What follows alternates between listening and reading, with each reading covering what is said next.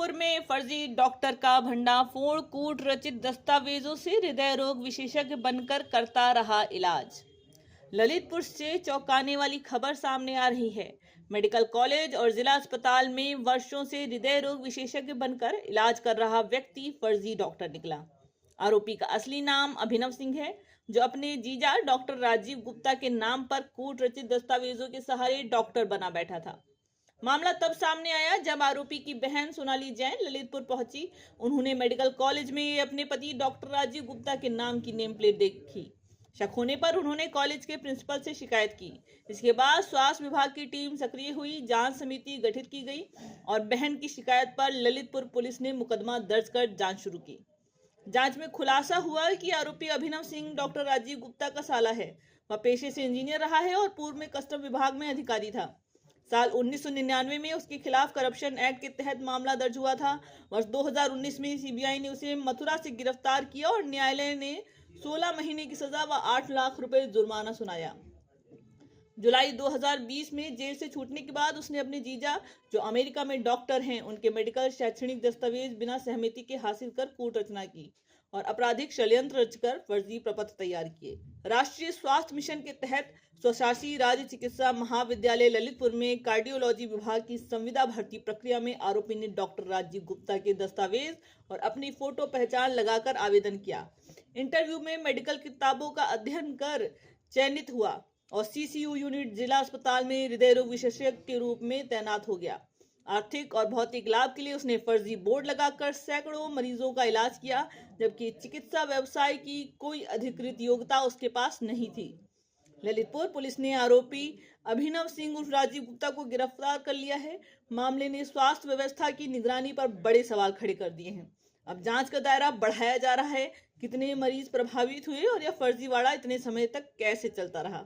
तो डॉक्टर फर्जी डॉक्टर पकड़े, क्या मामला है? कुटरचित दस्तावेजों के आधार पर जो मेडिकल प्रपत्र है उसको तैयार करके अभिनव नाम के व्यक्ति के द्वारा राजीव गुप्ता डॉक्टर के नाम से सारे प्रपत्र तैयार कराए गए थे और उसके आधार पे कार्डियोलॉजी विभाग में जो है ये कार्यरत थे हमारे यहाँ जनपद ललितपुर में। इनके खिलाफ जो है मुकदमा पंजीकृत किया गया था, जिसमें आज इनको अरेस्ट किया गया है।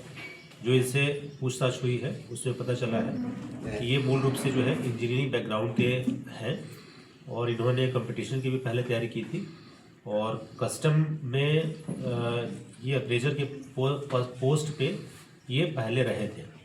उसी दौरान जो है इनके ऊपर भ्रष्टाचार का आरोप लगा था, जिसमें इनके खिलाफ मुकदमा भी पंजीकृत हुआ था मुंबई में और उसमें ये अरेस्ट होकर के उसमें इनको सज़ा भी 16 महीने की हुई थी। उसके बाद इनके एक जीजा जी हैं राजीव गुप्ता, जो अमेरिका में रहते हैं, उनके द्वारा MBBS और MD जो है वो कोलकाता और अलीगढ़ से किया गया था। उनके ही दस्तावेजों को राजीव गुप्ता के रूप में प्रस्तुत करते हुए अपने आप को डॉक्टर के रूप में प्रस्तुत किया था इनके द्वारा और उससे रिलेटेड डॉक्यूमेंट्स तैयार करा करके इनके द्वारा नौकरी जो है वो पाई गई थी। इसकी कंप्लेंट होने के बाद इसकी जांच कराई गई थी 3 सदस्यीय कमेटी के द्वारा।